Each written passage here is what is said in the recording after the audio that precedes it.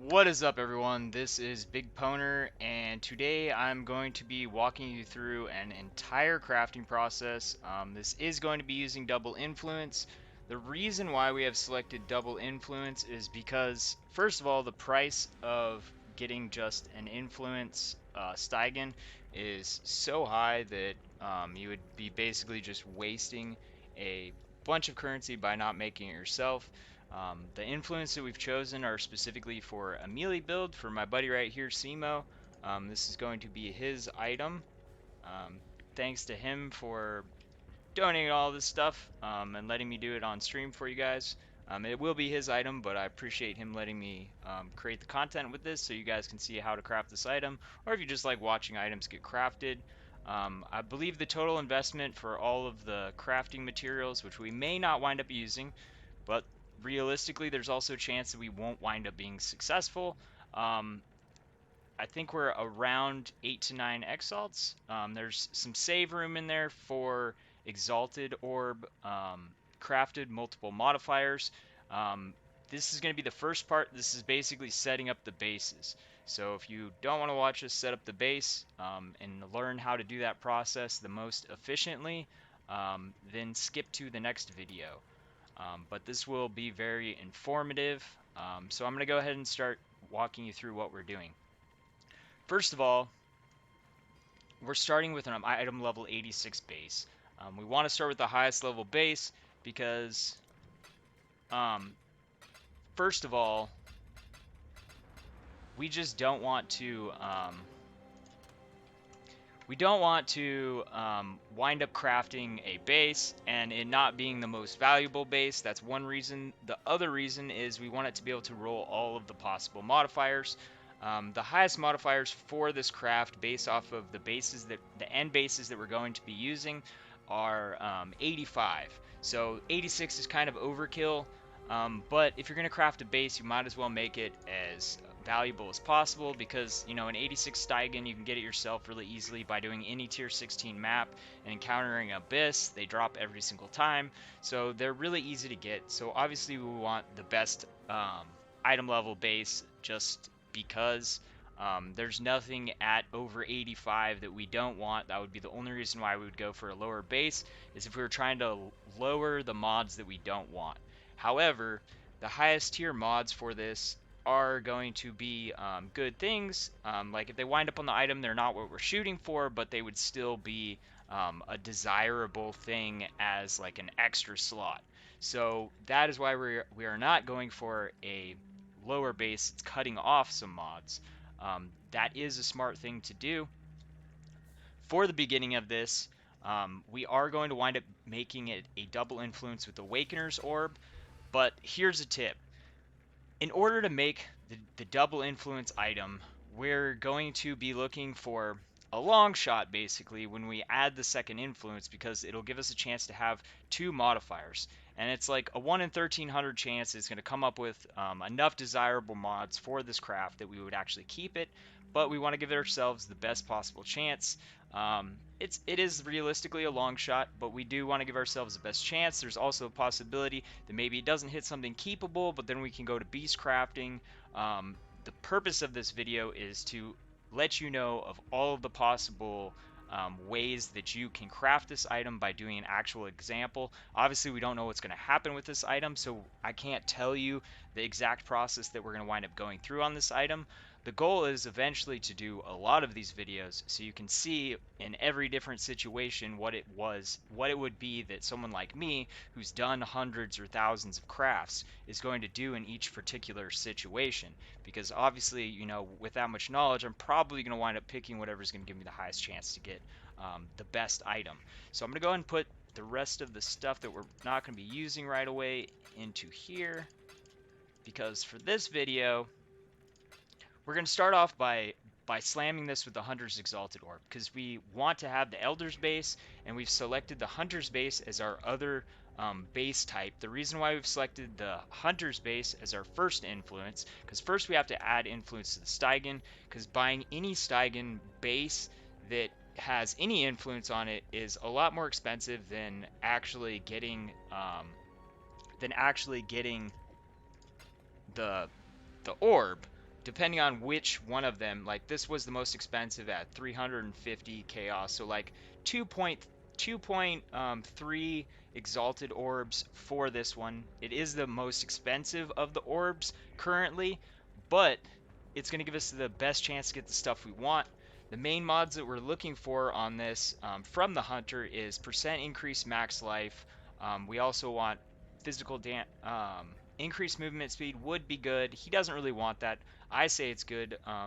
It's not ideal for him. The main thing I think he's looking for is a second chance at the percentage increase max life. Um, percent increased attributes is actually going to be really good if it winds up in the suffix, which is another desirable one. There's a couple mods on it that aren't that good, but in this case for this craft, the other ones don't have as many good things. And the thing is when we're doing this, we want to have the best chance for stuff we do want, the least chance for stuff we don't want. The only other real choice on these was to go for the Warlords, which has percent increased melee damage and elemental resistance, but like everything else, there's like increased fire damage, which he's flat melee. There's fire damage against burning enemies, and then like the other stuff is useful, but it would be like one of those things that, oh, I'm okay with that, and we don't really want to use an influence that it's like, there's two things, and most of the stuff basically ruins the item for my usage. Oh yeah, and also the hunter gives us, Simo just pointed out, which was something I pointed out to him earlier. Enemies have reduced total physical damage reduction from your hits, which is basically like armor penetration for physical, or like the like elemental penetration. It's the equivalent, except it doesn't overstack. That's the only difference. But realistically, you're probably not going to wind up getting enough armor penetration. That's what it basically is, that you're gonna wind up in a place where you're overstacked, because you'd have to have over 100% because it's reducing it by a percentage, instead of with elemental penetration it's percentage versus resistance. So back to why we haven't bought our second base. Obviously we are going to be adding the hunter's influence, and then why I have the alts here is because then we are going to try to get the best possible hunter mod already on the belt. So why is it we haven't bought in the other base? Well, the thing is say I buy the elder base with percent life on it, because that's one of the roles we want, and then I wind up with the percent life on the hunter. It's we don't want to buy one base and then get the same one on this one and then have to go buy a different one. This way we can see which ones we get, and then we can decide if we want to mix that one with another hunter mod, and then we can just buy any cheap base because we're going to be destroying it with the Awakener's Orb. So that's the reason why we haven't bought the second base. That's why this video is going to be broken up into two pieces, and it'll also let you guys be able to more easily reference what it is that you're watching, because the next video, just based on chances, is going to be fairly long. There's always a chance that I am gonna get super crazy luck and I'm gonna hit it in the first slam, or in the first 10, or even the first 100, but realistically that's not going to happen. So we are going to go ahead and add the hunter's influence to the belt. Oopsies, I gotta make this rare. We overlooked one thing. Alright. Okay. Now we're gonna add the hunter's influence. So now we have the hunter's belt, and we got a low rolled hunter's mod. Obviously we are not going to be we're not going to be doing our double slam with a tier 2 mod. We want the absolute best mod that's possible. It has to be tier 1. So we are going to scour this. We're going to transmute it, and then we are going to begin alterationing it.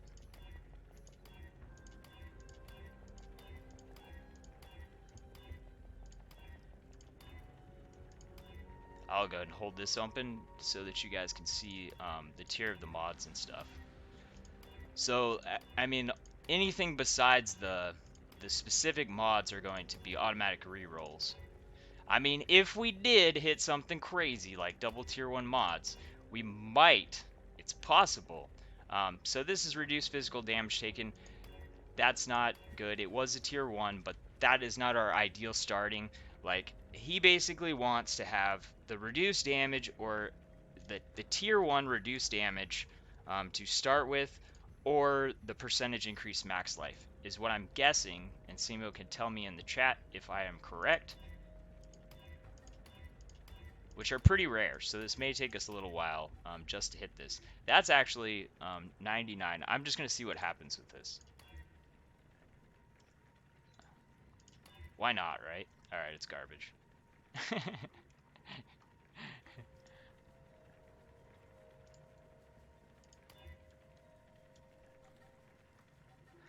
When you hit 2 tier 1s in a row, you got to see what happens. Alright. Back to the project.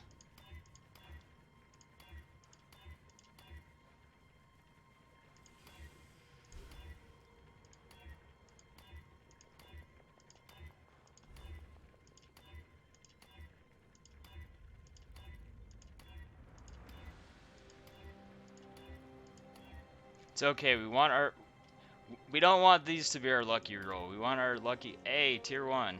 All right, let's see what it does. Nope, nope. I always got to see, man. Like, that wouldn't be a go for it. That was double tier 1. And the reduced stun is not desirable for him, so we're not going to check on that. Okay, so we got our tier 1% increased max life. So, Simo, do you want to go ahead and keep this as the base? Or do you want to go specifically for the enemies have percent reduced reduction to your hits?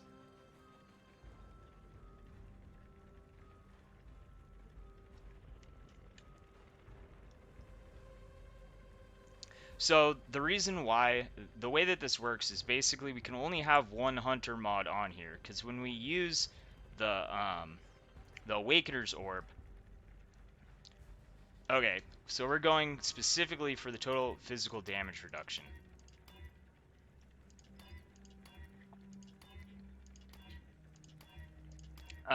So we can only have one hunter mod on it to guarantee that that's what's going to stay on it. Hey, all right. This we gotta check. Watch it be like double hunter. All right, I'm gonna see on this one. Oh, that's garbage. All right, I'm gonna pull some of these out. So why is it that I do that? Because hypothetically, if I have 2 tier 1 mods, and then I wind up happening to hit the, for instance, the percentage to total physical damage reduction against your hits, the item already has 2 tier 1 mods and another tier 1 mod. It's literally like already ready to multi-mod. So that's why I'm not going to just roll over something like that, because we could literally wind up in this process hitting something so good that we're just going to multi-mod it and the item is done. Adding multiple mods to it is going to make it so that when we start doing our heavy hitting on it, that we're going to have higher chances to wind up with a combination that's like really good. But if we wind up just getting lucky and hitting like triple tier 1s, at that point the item already with a multi-mod is going to be so good that even if he doesn't want to keep it, putting the multi-mod on it and selling it is going to give him more currency than he already has invested in, which at that point you're going to just take that item, sell it, and get a new base, because you don't want to roll over something that's like, you know, I can make 10 exalted orbs on this and I've invested 3. Am I really going to roll over that? Hell no.